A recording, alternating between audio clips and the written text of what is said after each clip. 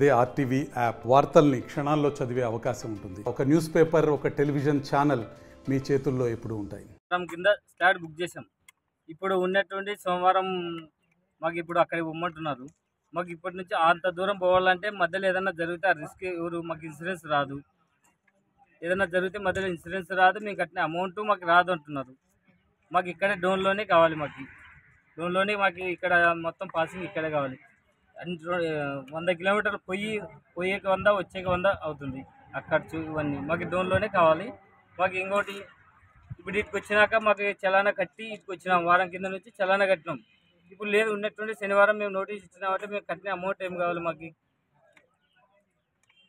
కాబట్టి తీసుకున్నాము. ఇప్పుడు లోడుకి వెళ్ళాలంటే ఇప్పుడు మాకు ఇక్కడ కాలేదంటే మాకు అక్కడ మాకు బ్లాక్ లిస్ట్లో పెడతారు. మాకు లోడు ఇవ్వరు. మళ్ళీ నెక్స్ట్ టైం మాకు ఇబ్బంది అవుతుంది.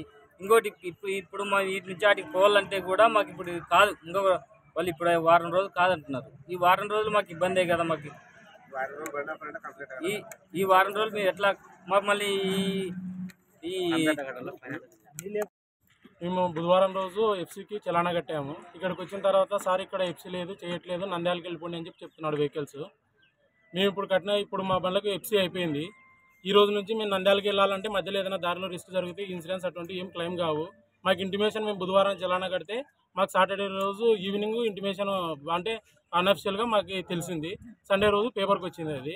ఇప్పుడు మా వెహికల్స్కి ఎఫ్సీ అయిపోయింది. ఒకవేళ ఈరోజు నంద్యాలకి వెళ్ళినా కూడా నంద్యాల అక్కడ వెహికల్స్ టెస్టింగ్ మిషన్స్ కరెక్ట్గా లేవంట. మాకు ఈ వెహికల్స్ ఫిట్నెస్ సెంటర్ ఇక్కడే కావాలండి. మీ ఇక్కడ నుంచి నంద్యాలకి వెళ్ళాలంటే 70 కిలోమీటర్లు పోవాలా, 70 కిలోమీటర్లు రావాలా, 140 కిలోమీటర్లు పోయి రావడానికి డీజిల్ ఖర్చు అదంతా ఎక్కువ అవుతుంది. మాకు ఫిట్నెస్ సెంటర్ ఇక్కడే పెట్టడానికి ప్రయత్నం చేయండి. రోజు అంటే శనివారం మార్నింగ్ మాకు మెసేజ్ వచ్చింది స్టేట్ ట్రాన్స్పోర్ట్ అథారిటీ నుండి త్రూ మా ఆర్టీఓ గారు. ఏమన్నారంటే ఈ ఆటోమేటిక్ టెస్టింగ్ స్టేషన్స్ మండే నుండి ప్రారంభం అయిపోయాయి కాబట్టి ఇక్కడ మాన్యువల్ ఫిట్నెస్ చేయకూడదని చెప్పారు. దాని ప్రకారమే నేను కూడా మీడియాకు ఇన్ఫర్మేషన్ ఇచ్చాను. శనివారం నాకు మెసేజ్ రాగానే ఇమీడియట్ గా మీడియాకి ఇన్ఫర్మేషన్ ఇచ్చాను. ఆల్మోస్ట్ అన్ని పత్రికల్లో కూడా వీటి గురించి ఇన్ఫర్మేషన్ వచ్చింది. కానీ ఇవాళ మేము ఎవరికి రావద్దండి ఎఫ్సీ కానీ క్లియర్ గా చెప్పినా కూడా సుమారుగా ఒక 20 వెహికల్స్ దాకా లారీలు, ఆటోలు, తర్వాత ట్రాక్టర్లు ఇవన్నీ వచ్చాయి.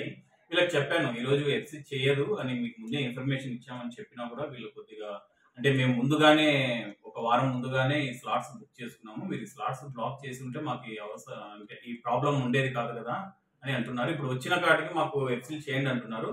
కానీ మా పై అధికారుల నుండి మాకు చేయమని ఎటువంటి ఆదేశాలు లేవు కాబట్టి నేను చేయలేను. అదే విషయం వాళ్ళకి చెప్పాను. వాళ్ళు ఏదో కొంచెం ఆగ్రహంగా రోడ్డు మీదకి వెళ్ళి హైవేని దిగ్బంధం చేయాలని ఏదో చేశారు. వాళ్ళకి నేను నచ్చజెప్పాను. వాళ్ళు ఏమంటున్నారంటే మాకు ఇమ్మీడియట్ గా అక్కడన్నా ట్రాన్స్ఫర్ చేయండి, అక్కడికే వెళ్తాము అంటున్నారు. కానీ ఇప్పుడు పరిస్థితి అంటే ప్రస్తుతానికి అలా ట్రాన్స్ఫర్ చేయడానికి ఆప్షన్ లేదు. దీని గురించి కూడా మా పై అధికారులకు మాట్లాడాము. వాళ్ళు ఏదన్నా విషయం చెప్పేందుకు నేను ఏమీ చెప్పలేను. ఆ విషయం చెప్పాను కానీ వీళ్ళైతే ఎవరు వెళ్ళట్లేదు, ఇక్కడే నిలబడ్డారు. మరిన్ని వీడియోస్ కోసం ఛానల్ ని సబ్స్క్రైబ్ చేయండి. లేటెస్ట్ అప్డేట్స్ కోసం వాట్సాప్ ఛానల్ ని ఫాలో చేయండి. అండ్ లింక్ డిస్క్రిప్షన్ లో ఉంది.